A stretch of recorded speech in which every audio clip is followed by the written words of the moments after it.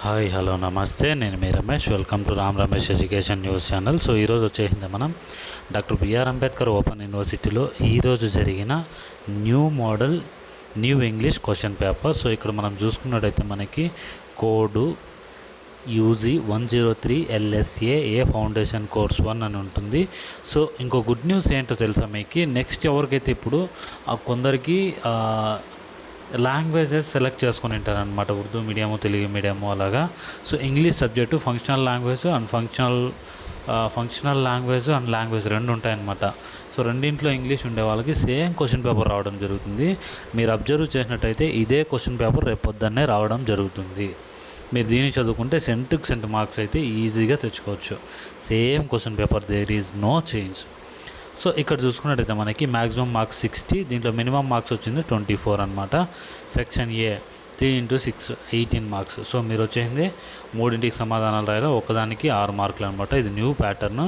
Answer any 3 of the following questions in about 15 lines each question carries 6 marks అని చెప్పడం జరిగింది.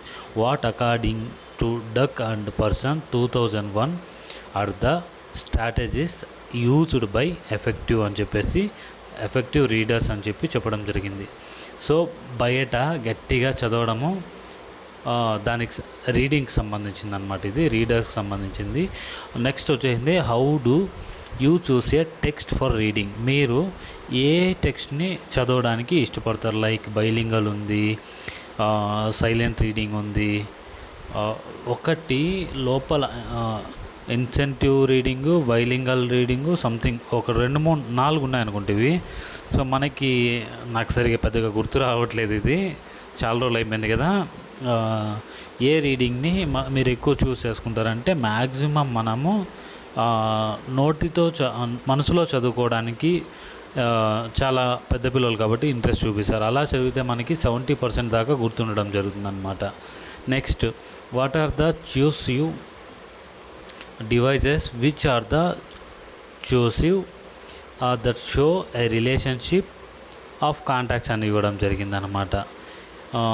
So cohesive devices which of the cohesive that show relationship of contact అని ఇవ్వడం జరిగింది. ఏమో దీని గురించి నాకు తెలియదండి.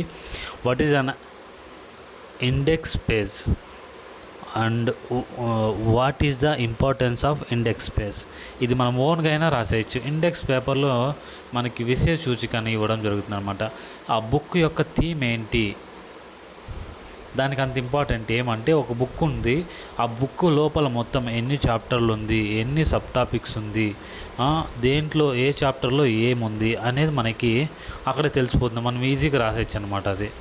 Next, how can we do the contextual analysis of words explain the with examples అని ఇవ్వడం. మనం ఏదైనా ఒక సముదాయాన్ని ఎలా ఏర్పరచుకుంటామని చెప్పడం గురించి. Next, explain the difference between EMDASH and EMDASH అంట.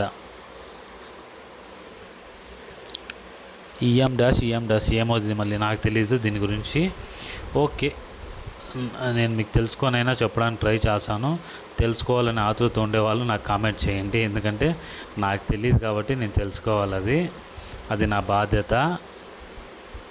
నెక్స్ట్, ఇక్కడ చూసుకుంటే మనకి సెకండ్ సెక్షన్లో వచ్చేసింది. ఇక్కడ ఎన్ని ఇచ్చినారు? Each question carries 10 marks. So following questions అన్ని దానికి ఆన్సర్ రాయాల్సి ఉంటుంది అనమాట దీంట్లో. సో ఇక్కడ why do we read? Explain the significations of reading. Next, why it is important to have a good idea about the audience before writing. Justify your answer with suitable examples. ఈజీగా మన సొంతంగా రాయొచ్చు. Why it is necessary to learn how gather information, how does it help reading. Next, what is the different ways of remembering words in the language? Explain with examples. Next, explain how punctuations help in reading and making a meaning. Next, describe the examples of in the difference between phrase, clause and sentence. Section C, answer any one question, it will be 12 marks. So only ఒక్కదానికి మీరు సమాధానం రాసినట్లయితే మీకు 12 మార్కులు అయితే ఇచ్చేయడం జరుగుతుంది section C. అప్పుడు అలా కాదు, 12 క్వశ్చన్స్ ఉంటుందా, ఫిల్ ఇన్ ది బ్లాంక్స్ ఉంటుందా, నెక్స్ట్ ఏంటిది మ్యాచ్ ద ఫాలోయింగ్ ఉంటాండా, నెక్స్ట్ వచ్చేసింది వర్డ్స్ ఉంటాండ. ఇదన్నమాట గ్రామటికల్ మిస్టేక్స్ అనేది.